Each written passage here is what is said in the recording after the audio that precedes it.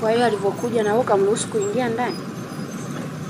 Ndio mwanangu, nisingeweza kumzuia.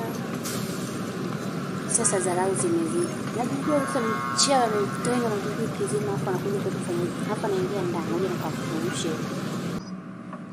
Mama mwenye nyumba, umeingia zako ndani ukajikalie, una shida yoyote. Una baya tajiri. Binti yangu, ndio salamu hiyo.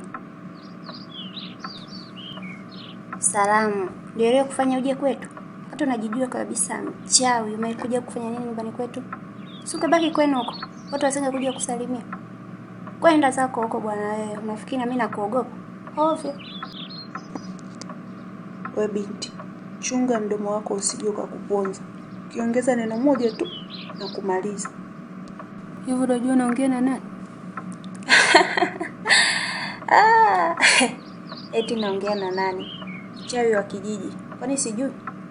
AKA mchawi wa familia. Hapo vipi? Unataka kunizoea? Ngoja nikukomeshe. Umemaliza shoga yangu?